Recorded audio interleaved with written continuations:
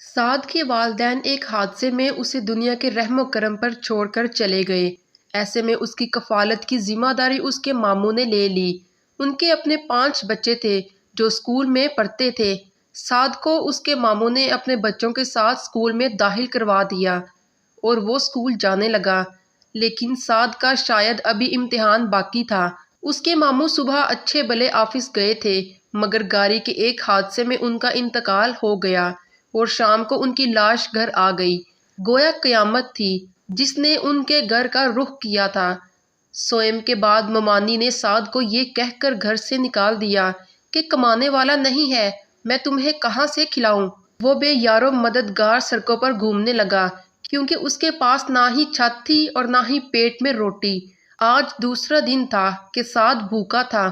وہ عمر میں چھوٹا تھا اور کام کرنا بھی نہیں جانتا تھا، اس لیے کوئی اسے کام نہیں دے رہا تھا۔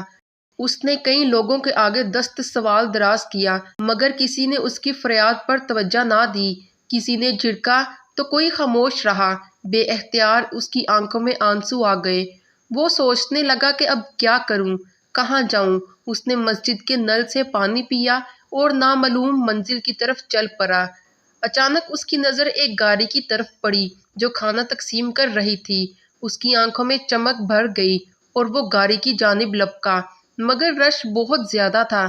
جب تک وہ گاڑی کے قریب پہنچا، کھانا ختم ہو چکا تھا۔ وہ ایک بار پھر مایوس ہوا اور سڑک کے کنارے بیٹھ گیا۔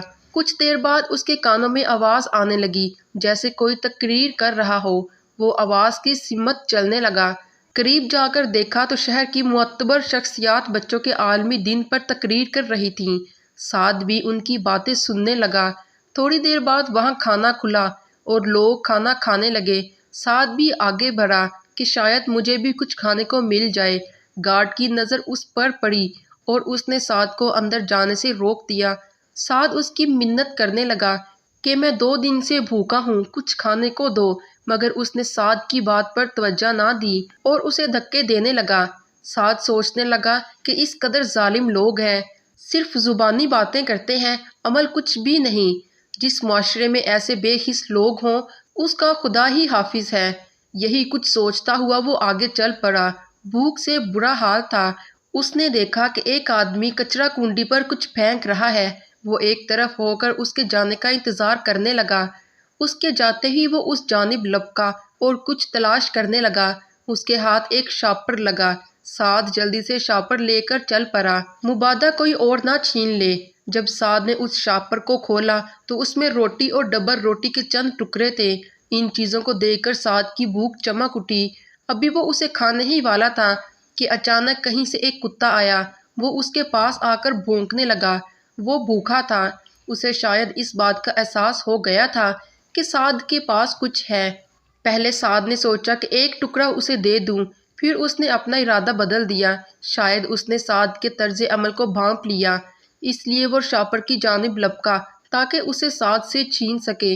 صورتحال یہ تھی کہ سعد آگے آگے اور کتا اس کے پیچھے پیچھے تھا۔ اسی بھاگ دوڑ میں سعد سامنے سے آنے والے ٹرک کو نہ دیکھ سکا اور اس سے ٹکرا گیا۔ سعد بری طرح زخمی تھا۔ کوئی اس کی مدد کو نہ آیا۔ کچھ دیر تڑپنے کے بعد وہ مر گیا۔ سعد کی خون میں لت پت لاش سڑک پر پڑی تھی۔ ٹرک والا موقع سے فرار ہو گیا۔ لوگ اس کی لاش کے آس پاس جمع تھے اور افسوس کا اظہار کر رہے تھے۔ کسی نے پولیس کو اطلاع دی۔ پولیس آئی اور اس کی لاش کو لے گئی۔ اس کے ہاتھ میں ابھی تک وہ شاپر تھا جس میں وہ روٹی تھی۔ یہ ایک سعد کی کہانی نہیں، بلکہ معاشرے میں ایسے بہت سے سعد موجود ہیں جو کسی نہ کسی بے حسی کا شکار ہو کر موت کی وادی میں چلے جاتے ہیں۔ روٹی کی تلاش نے اس کی جان لے لی۔ جب وہ زندہ تھا تو روٹی نہ تھی، اور جب روٹی ملی تو اسے کھانے والا نہ رہا۔ ناظرین، ویڈیو اچھی لگے تو ویڈیو کو لائک کر کے چینل کو سبسکرائب کر دیں۔ ویڈیو کو دیکھنے کا بے حد شکریہ۔